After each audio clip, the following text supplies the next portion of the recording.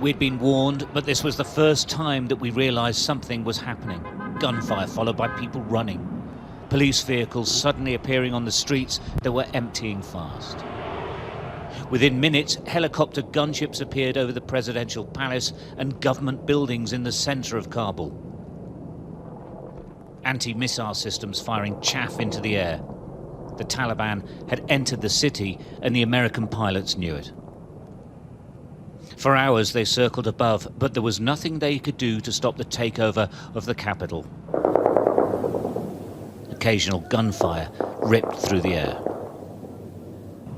Throughout the day, Chinook helicopters ferried United States Embassy staff to the international airport.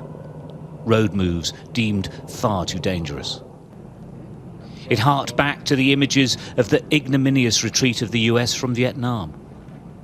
An image President Biden said wouldn't be repeated, but this still photograph may well come back to haunt the president in the days to come. In Kabul, crowds gathered to welcome the Taliban. They greeted speakers with enthusiasm. Inside the presidential palace, they rammed home this remarkable takeover, posing in the offices of power, a power that after 2 decades of trying has failed to finish them. The tension in Kabul has been at bursting point. As we left our hotel to see what was going on, the Taliban were right in front of us.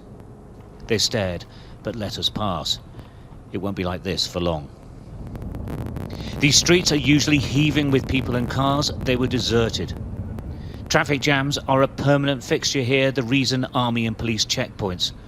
Now, though, we pass through unimpeded. These heavily armed mini-fortresses now unmanned. Once again, the Afghan soldiers have melted away. This population knows what's coming. Some of the changes are subtle. No jeans and t-shirts now. They've changed into traditional shalwar kameez clothing, and there's no women to be seen. And no images of women on beauty salon windows either. Whitewashed, even as the president talked like he was still in charge. The president's words of security infer order. At the airport, there wasn't much of that to be seen. There's a mad scramble to get on flights that have been cancelled and onto military flights to which there's no access.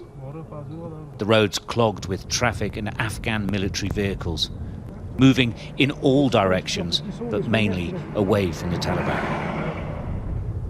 On the roadside, the latest arrivals from battles around the country drag their belongings along the dusty roads, looking for somewhere to stay.